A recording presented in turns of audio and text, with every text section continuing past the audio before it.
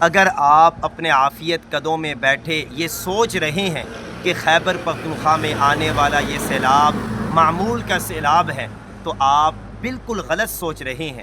یہ میری اور آپ کی سوچ سے زیادہ سنگین اور خطرناک صورتحال ہے۔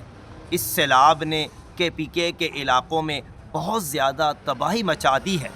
آپ کے KPK کے علاقے شانگلہ، باجوڑ، بونیر اور اسی طرح مانسیرہ ان سب کو رلا دیا ہے۔ ایک ہی دن میں 200 سے زیادہ شہید، ایک ہی فیملی کے 37 شہداء، ان کی نماز جنازہ ایک ساتھ۔ آپ اندازہ لگائیں کہ ایک ہمارا کوئی قریبی ریلیٹو اگر وہ فوت ہو جائے، کسی حادثے کا شکار ہو جائے تو ہمارا دل کتنا غم سے بھرا ہوا اور پھٹا ہوا ہوتا ہے۔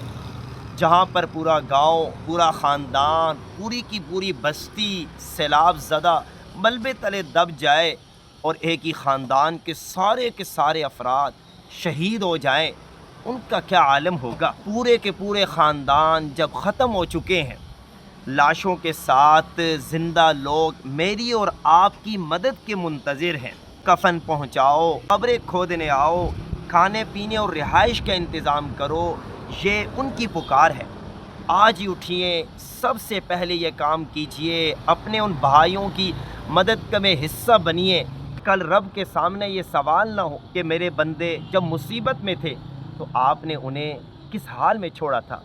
میرے بھائیوں، میری بہنوں، یہ کوسچن بار بار کیا جاتا ہے کہ یہ سیلاب زدہ علاقوں میں ان افراد کی، ان لوگوں کی مدد کیسے کی جائے۔ تو سب سے پہلی بات کہ ڈرائی فروٹ، کھانا پینا، جو خشک ڈرائی فروٹ کی چیزیں آپ انہیں پہنچائیے اور اس طرح ان کی رہائش کا بھی اہتمام کیجئے، انتظام کیجئے۔ اللہ تعالی ہمارے بھائیوں کی، ہمارے مظلوم بھائیوں کی مدد فرمائے اور پوری امت کے حال پر رحم و کرم کا معاملہ فرمائے۔